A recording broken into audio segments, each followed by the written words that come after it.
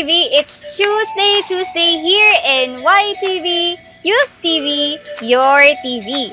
Ang programa ng mga kabataan, kasama ang kabataan at para sa kabataan. I'm Ate Bea.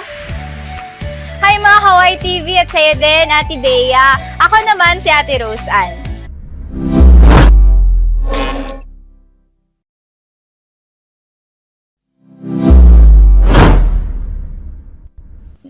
Last week sa ating episode 5 Reserve Seats, napaalala sa atin na mas masayang may kasama ka sa paglalakbay. Yung kasamang G sa saya at sigurado andyan din kapag tayo humaharap ng pagsubok. Agree! Bukod sa pamilya at kaibigan ay kasama natin si Kristo at ang mahal nating ina na si Maria. At upang makakonect tayo sa kanila, ipinapaalala sa atin ang kapangyarihan ng pagdarasal ng rosaryo, ang katapat. Talagang kapag pinili natin si Jesus at Maria, anuman ang harapin natin ay makakayanan natin. Sabi nga ni Sister Maria Consuelo Celis, nasa ating choice of free will kung hahayaan ba natin ang Diyos na tumuloy sa ating puso at samahan tayo sa ating paglalakbay. At ngayon, para sa ating bagong episode, siguradong bubusugin na naman namin kayo sa loob ng 30 minuto ng isa na namang makabuluhang kwentuhan. At dahil nga sumapit na ang Undas, gusto na naman ng mga nakakatakot na kwentuhan tungkol sa mga multo, aswang at iba pang kababalaghan. Pero, yun ba talaga ang dapat nating pagtuunan ng pansin? Ang mas mahalaga sa mga araw na ito ay ang pag-alala at paggunita natin sa mga mahal natin na yumao sa pamamagitan ng pagdarasal sa kapayapaan ng kanilang kaluluwa at ang tradisyon natin na pagdalaw sa puntod nila.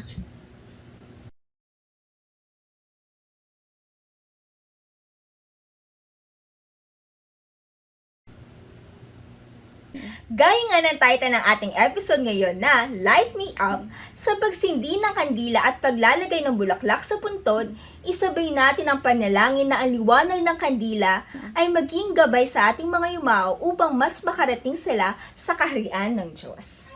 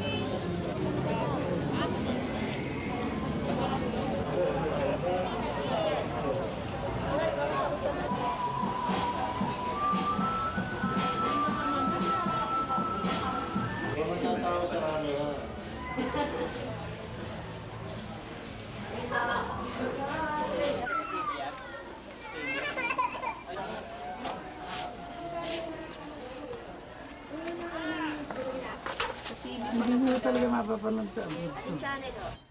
Para magbigay ng galang sa kanya, araw ng patay. Ano niyo ba yung... Father ko. Mula ng tuwa namin, si Sedley Paganalan, si David, ang galing. Mahalaga sa atin ang Undas. Ito ang panahon na pinipili natin para magpunta sa sementeryo para bisitahin ang mga mahal nating yumao. Nandyan yung magdadala tayo sa kanilang paboritong pagkain, kakantahan natin sila, at kakamustahin na parang kasama pa natin sila at syempre, ang mag-alay ng panalangin. Kayo mga ka-YTV, ano kayang ginagawa niyo tuwing Undas? Ano kayang mga patok na gawain ng mga Pilipino tuwing Undas? Tara at alamin natin dito sa Choose 10!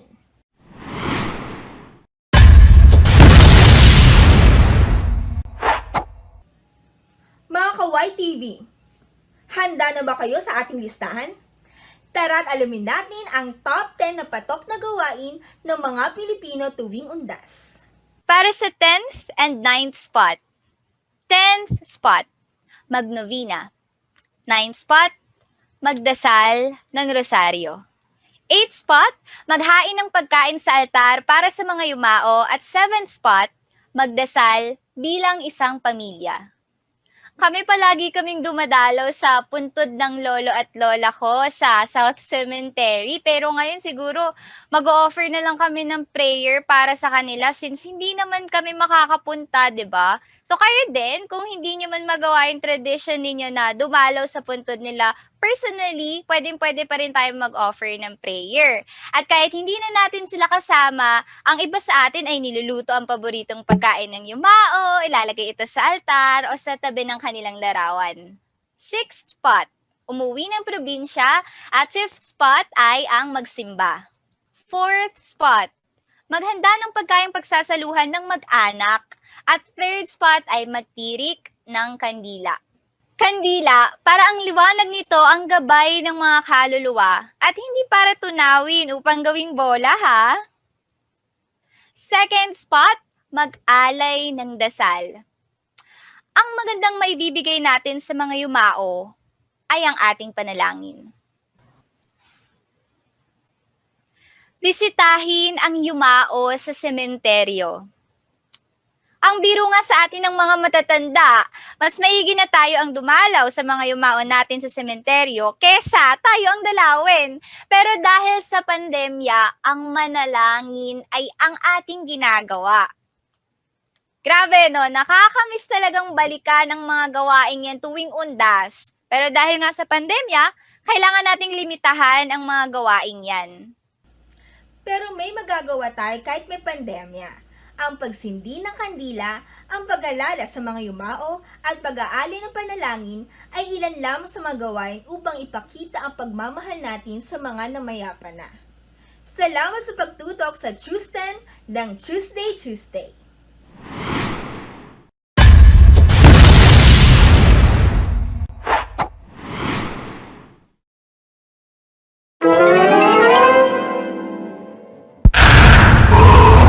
Ngayong undas, alamin natin kung bakit ba mahalaga na maalala natin ang mga namayapa. At ano nga ba ang nangyayari sa espiritu o kaluluwa kapag namatay na ang isang tao? Upang mabigyang linaw ang ating mga piling katanungan, from the Office of Exorcism, from the Diocese of Cabanatuan, please welcome Reverend Father Jose Salvador D.C. Malyari, and he is also the Chief Exorcist in the Diocese of Cabanatuan. Father, kamusta naman po kayo ngayong gabi?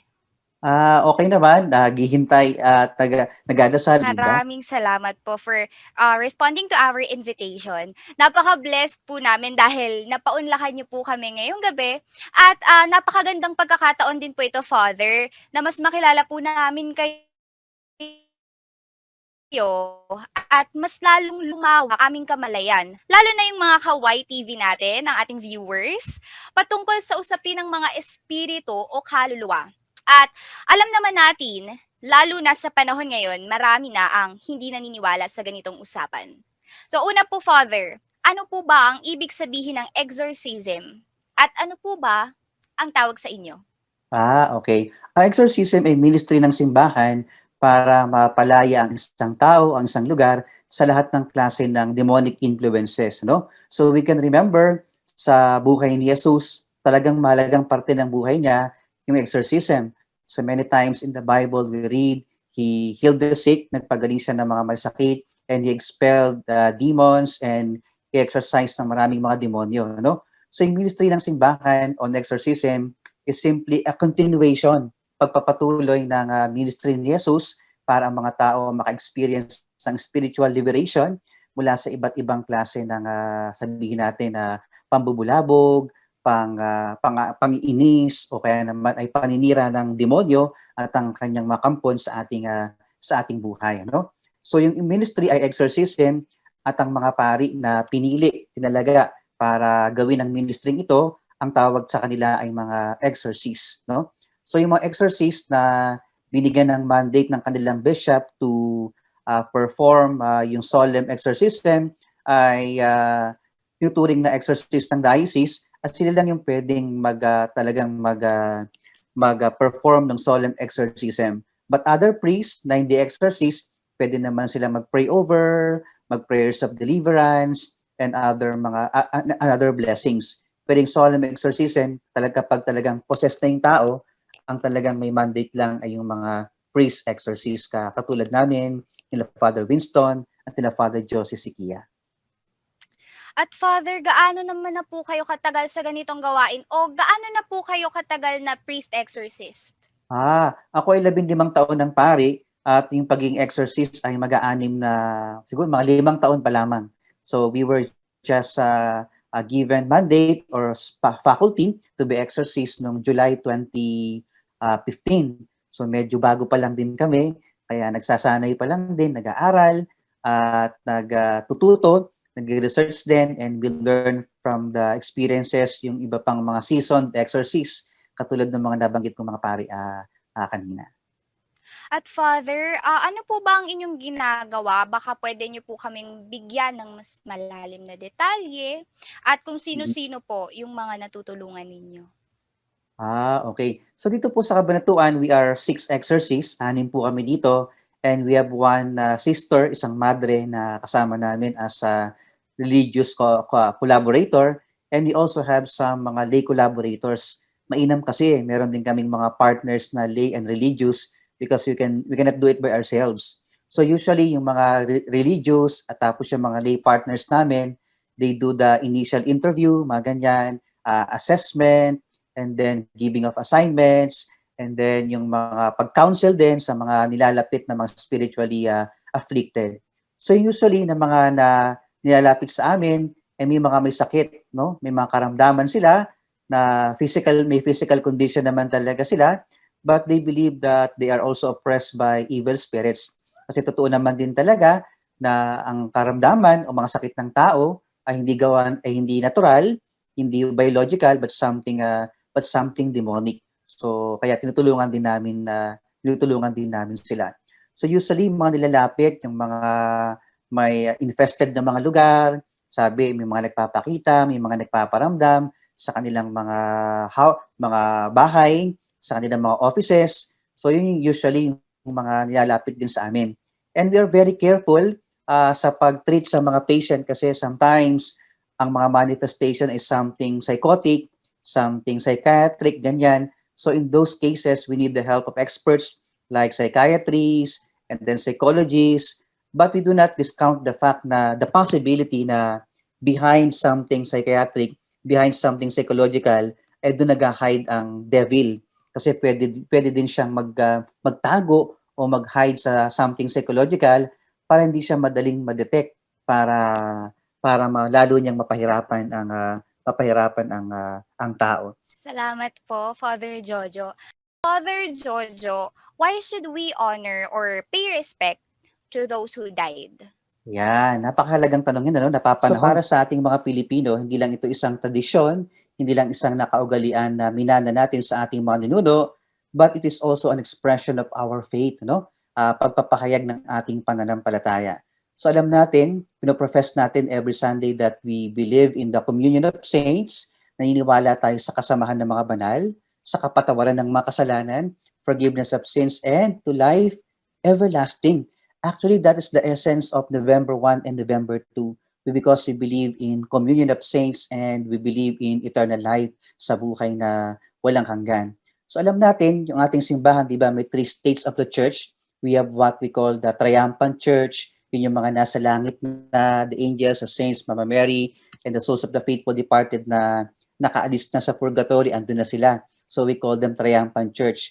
And yung sa lupa, di ba, tinatawag tayong the pilgrim church, naglalakbay pa tayo at marami pa tayong mga haharapin sa buhay natin. And we have also the suffering church, di ba? Yun yung mga the purgatory, andun yung souls ng mga kapatid nating yumao na tinutulungan natin sa panalangin para makarating sila sa langit. And time will come when they come to heaven, they will also intercede and pray for us. Yung tatlo na yan, the suffering church, the pilgrim church, and the militant church, magkakaugnay yan. We are related. We are connected to one another, no?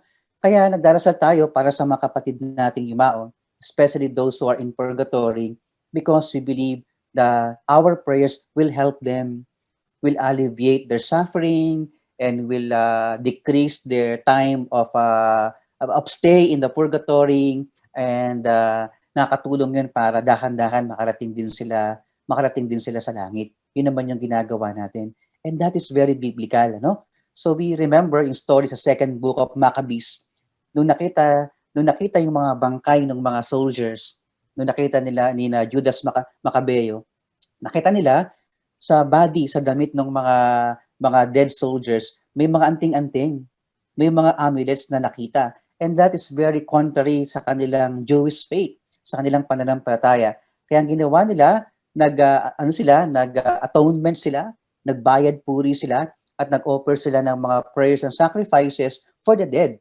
So ibig sabihin, even during that time, the time of the Old Testament, meron silang belief to pray for the souls of the dead. And they believe that their prayers, sacrifices, and atonement nakakatulong para ma-cleanse sila at makarating sila sa langit.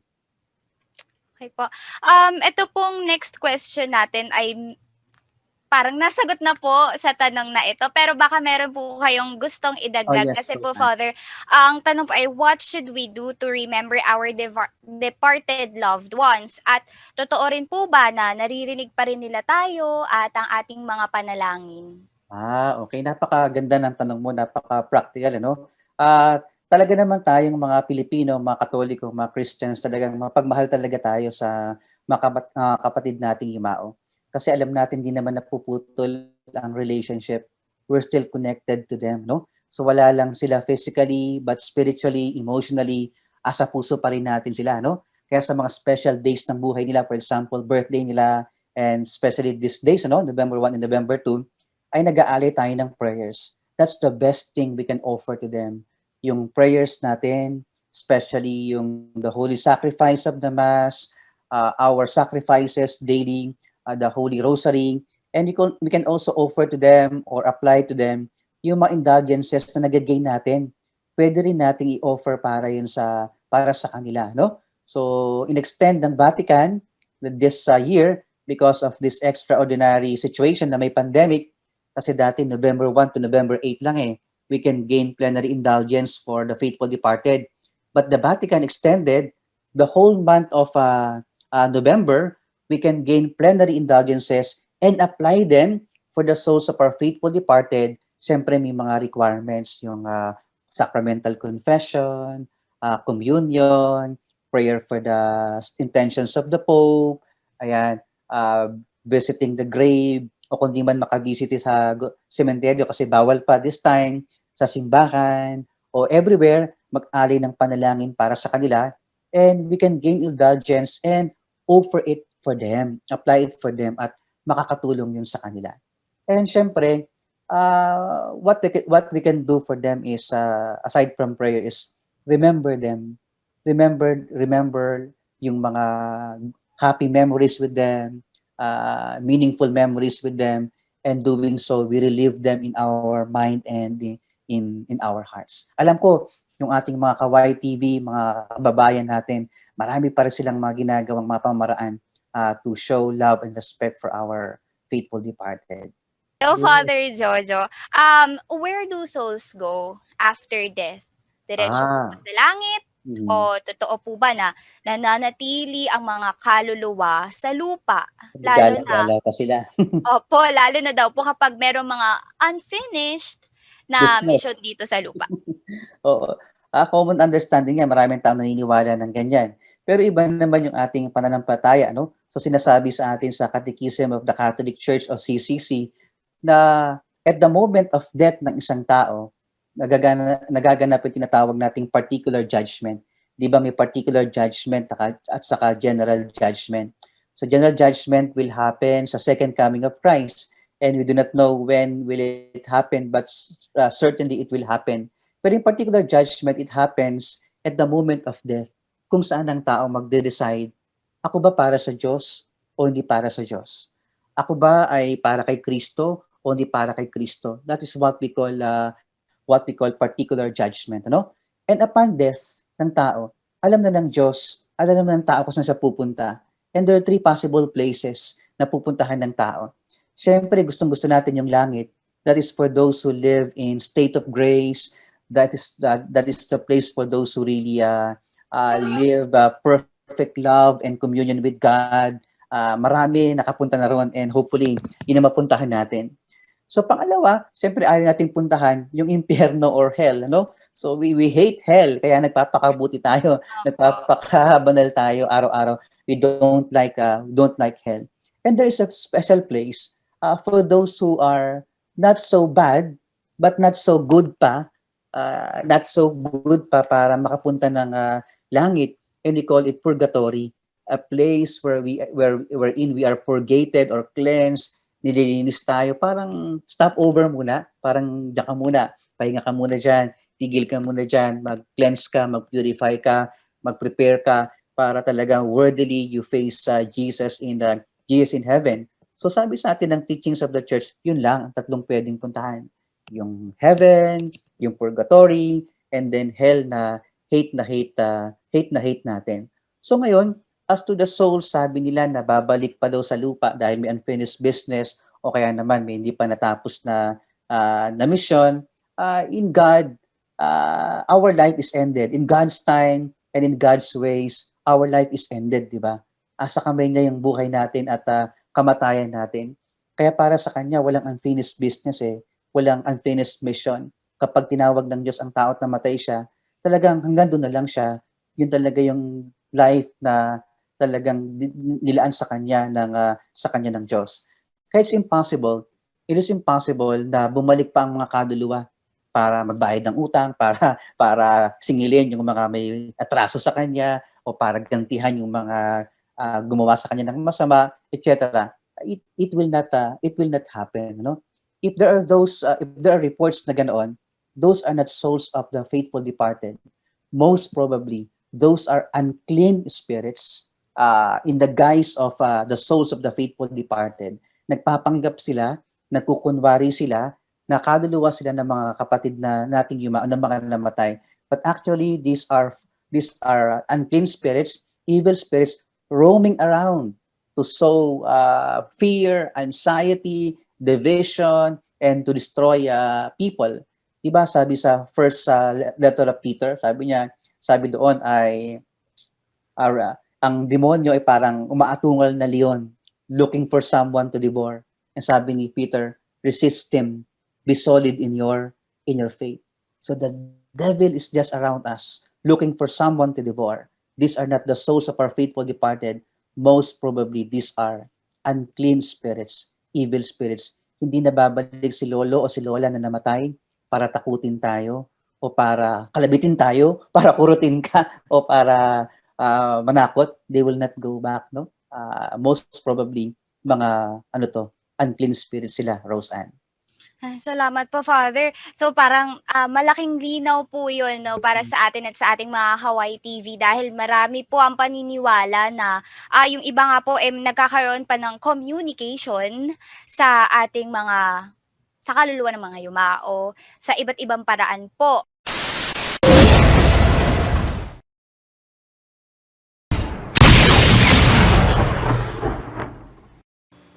Kumusta, Hawaii TVs? Ito ang Pili Kaalaman, kung saan may mga piling katanungan na maaari niyong sagutin sa comment section. Tuwing sasapit ang Nobyembre, ang salitang ito ang maririnig at mababasa natin sa mga balita. Ito ang panahon kung saan tayo pumupunta sa sementeryo upang magbigay respeto sa mga mahal nating namayapa na. Ang salitang ito ay nanggaling sa Spanish word na honrar na ibig sabihin ay magbigay galang. Sa mga taga Southern Luzon, gaya ng Batangas, Quezon at Mindoro Island, ang tawag nila dito noon ay undras. I-comment na ninyo ang inyong mga sagot at alamin natin ang sagot sa dulo ng programang ito.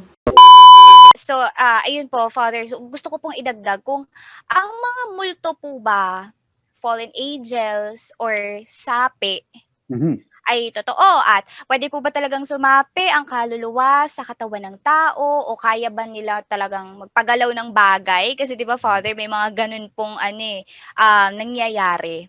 Yung mga sinasabi po na nakikitang ghosts or kaluluwa, ayun po ba ay katang-isip lamang o merong katotohanan?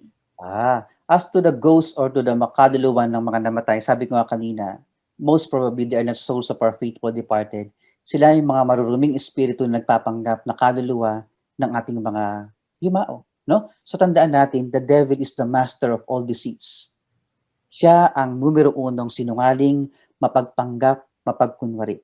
At pwede niyang gawin ang lahat ng paraan. Pwede siyang mag-anyo na lolo mo na namatay, o tatay mo na namatay, o kaibigan mo na namatay, no? Pwede siyang mag-anyo na gano'n para maloko tayo at para linlangin tayo, no? So, delikado rin, napakadelikado na makipag-ugnayan pa tayo sa kaluluwa ng mga kapatid nating yumao sa pamamagitan ng mga ritual. Kasi ito ay nagbubukas sa atin sa mga demonic harassment and demonic influences. Kasi malaking possibility that in the process of conjuring with the souls, ang dumating ay mga evil spirits. Okay? Mga masasamang espiritu. As to the fallen angels, totoong fallen angels, di ba? Alam natin yan.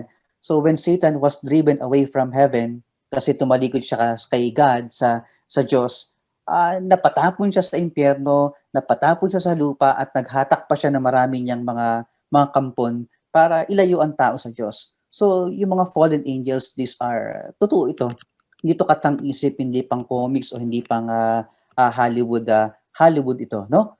And they can do many things. They can do many things. They can hurt us physically. They can move objects. They can manipulate us. They can manipulate objects and things around us. Depende kung ano yung mission nila.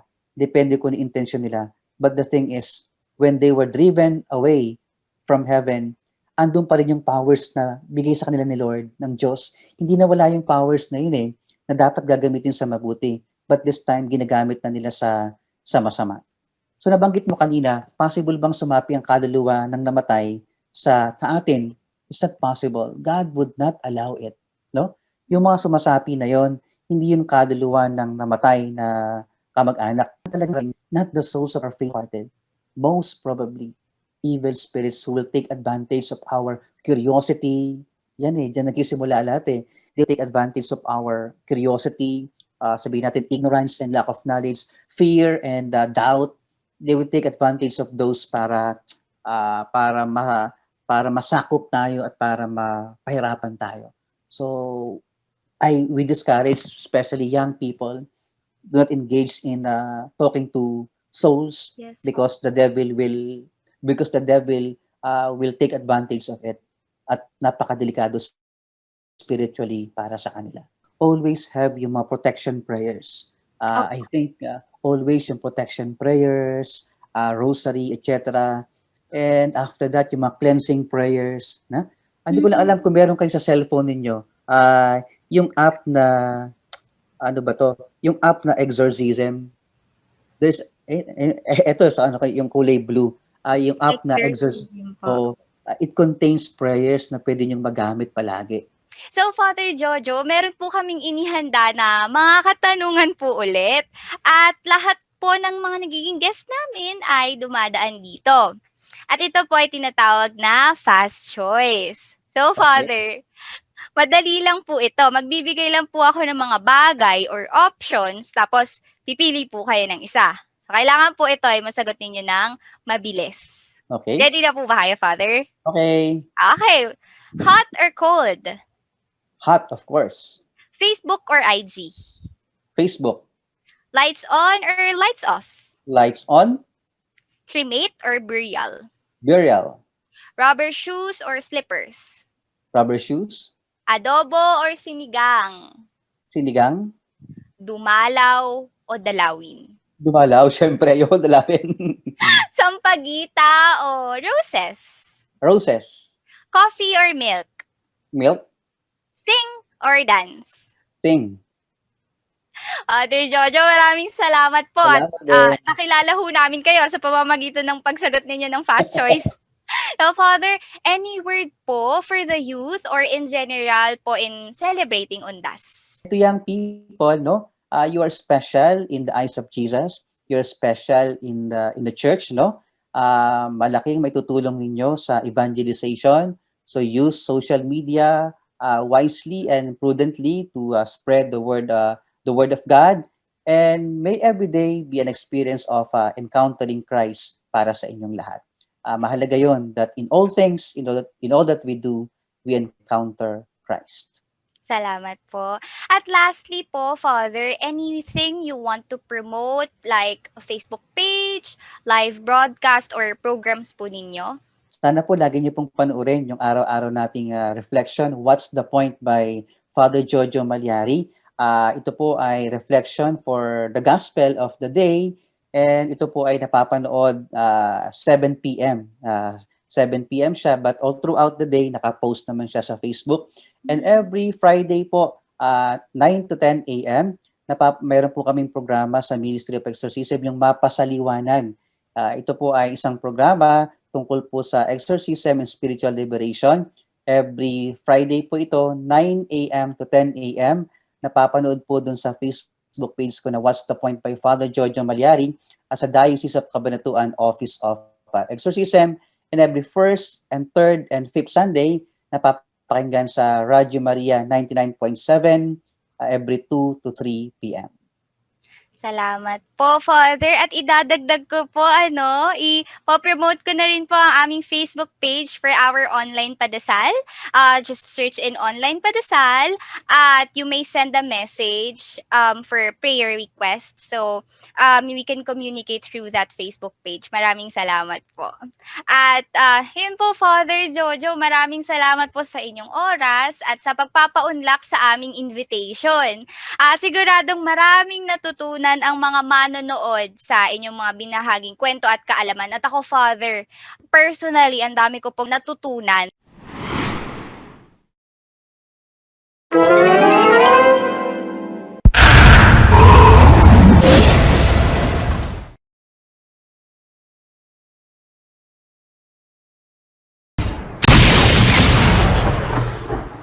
Welcome back to Pili Kaalaman. Ano ang salitang ito na ginagamit natin tuwing Nobyembre? Ito ay undas. Ayon sa artikulo na The Origin of the Word of Undas ni Pepe Alas sa www.pepealas.wordpress.com. Ang salitang ito ay galing sa Spanish word na honrar, na ibig sabihin ay magbigay galang. Kung aalamin pa natin ang ugat nito at ang pinagmulan nito ay honras funebres o sa Ingles, funeral honors. Dahil na rin siguro nahihirapan ng mga Pilipino noon na magsalita ng Espanyol. At ang letrang H sa Espanyol, kapag binibigkas ay walang tunog. Ang honras ay nagbago sa honrar hanggang mga taga-Southern Luzon, gaya ng Batangas, Quezon, at Mindoro Island, ang pagbigkas nila rito ay undras. At sa haba ng panahon, mas lalo na paikli at naging undas. Ano man ang pagbabago sa salitang ito, isa pa rin ang kahulugan. Ito ay ang alalahanin natin ang mga mahal nating namayapa na at magbigay tayo ng galang sa kanila sa pamamagitan ng pagsindi ng kandila, pagdalaw sa puntod at pag-aalay ng panalangin. Halika at sabay nating ipanalangin ang mga kaluluwa ng mga yumao. Panalangin para sa mga yumao. O mahabaging Yesus, kaawaan mo sana ang mga abang kaluluwa ng aming mga mahal na yumao na nasa purgatorio. Alang-alang sa kanilang kaligtasan, ika'y nagkatawang tao at nagdusa ng mapait na kamatayan. Buong awa mong dinggin ang kanilang pagsusumamo. Mahabag ka sana sa kanilang pagluha at sa bisa ng iyong pagdurusa. Palayain mo sila sa mga hilahil na bunga ng kanilang mga pagkakasala. O lubhang maawaing Jesus, itulot mong mahugasan sila sa purgatorio ng iyong kamahal-mahalang dugo at panariwain at bigyang buhay ang mga nagdurusa roon. Maabot nawa sila ng matatag mong mga kamay upang dalhin sila sa pook ng kaginhawaan, liwanag at kapayapaan. Ama namin, sumasalangit ka, sambahin ang ngalan mo, mapasa amin ang kaharian mo, sundin ang loob mo dito sa lupa para lang sa langit. Bigyan mo kami ngayon ng aming makakanin sa araw-araw. at patawarin mo kami sa aming mga sala, para ng pagpapatawad namin sa nagkakasala sa amin, at huwag mo kaming ipahintulot sa tukso, at yadya mo kami sa lahat ng masama. Amen. Aba, Ginoong Maria, napupuno ka ng grasya, ang Panginoong Diyos ay sumasa iyo. Bukod kang pinagpala sa babaeng lahat, at pinagpala naman ng iyong anak na si Jesus. Luwalhati sa Ama, sa Anak, sa Espiritu Santo, kaparang noong unang-una, ngayon at magpakailanman, magpasawalang hanggan. Amen. Ipagkaloob mo sa kanila ang kapahingahang walang hanggan, o Panginoon. At tumanglaw nawa sa kanila ang walang katapusang liwanag. Sumalangit nawa ang kanilang kaluluwa. Amen. Maraming salamat sa mga Kawaii TV na sumagot last week sa ating SKL benefits ng Rosary sa atin.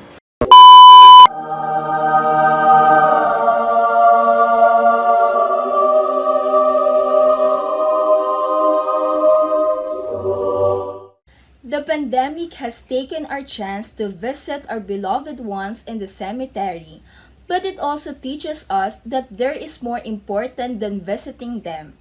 It is offering them a prayer. The prayer to Saint Gertrude reminds us that the souls in purgatory need our prayers for their sins to be forgiven. But we too are also sinners, but the difference is that we can still change our ways and go back to God. Lighting up a candle with no prayer is just a fire burning the wax, but the candle light up together with the prayer is a fire burning the sins of our beloved ones, which will cleanse their souls and be guided back home to God.